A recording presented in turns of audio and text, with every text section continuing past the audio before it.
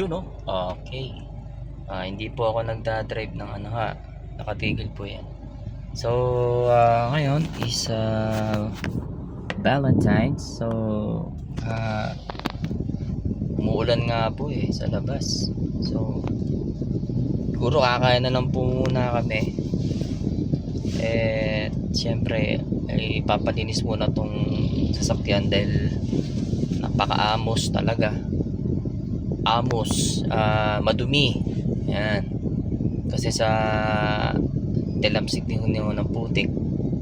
Kaya po nagkaganon. So, okay. After nitong tambay kami ng konti, car wash naman.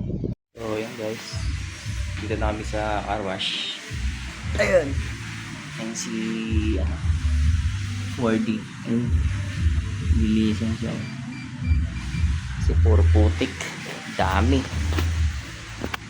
At kahit umuulan, na-car wash na namin kasi para hindi madilig yung yung mga putik.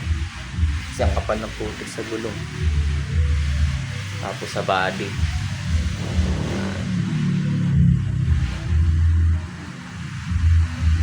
So yun guys, bago kami mag-proceed dun sa may kinakainan namin lagi, dun sa may Pancit Battle dito sa Antipolo, bibili muna kami ng kape since maulan, malamig, masarap magkape. Bumili muna si Mrs. ng kape. Yan, para masarap ang kain. So yun yung pinaka-date namin.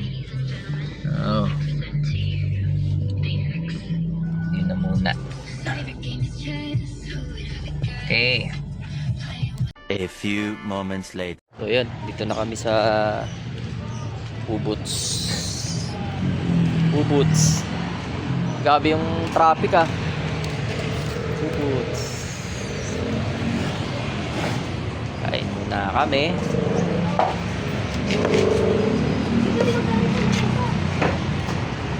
Kain muna.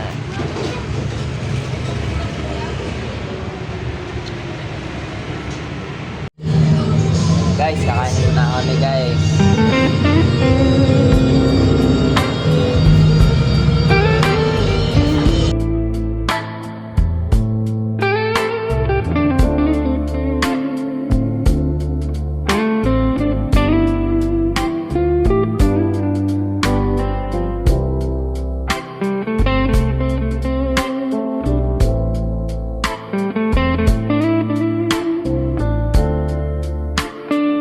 A few minutes later.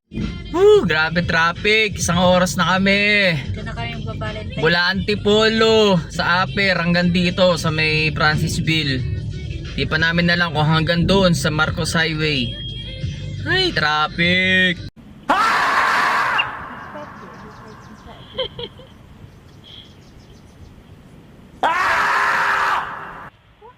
So guys, wakas nakarating din kami rito. Tapos May regalo sa amin ng anak namin. Kaming regalo. Happy Thank you very Valentine's sa much. lahat. Happy Valentine. Kahit pala lalaki binibigyan. Ayos ko. Ay! Sarap sa puso. Laki lang ito. Salamat sa nagbigay. Thank you, Kurt. Thank you, Kurt. Thank you, Thank you. A few inches later. Sa wakas, nandito na rin sa bahay. Busy yung mga bata. Papa! So, hanggang doon na lang guys. Happy Valentine's. Love you all.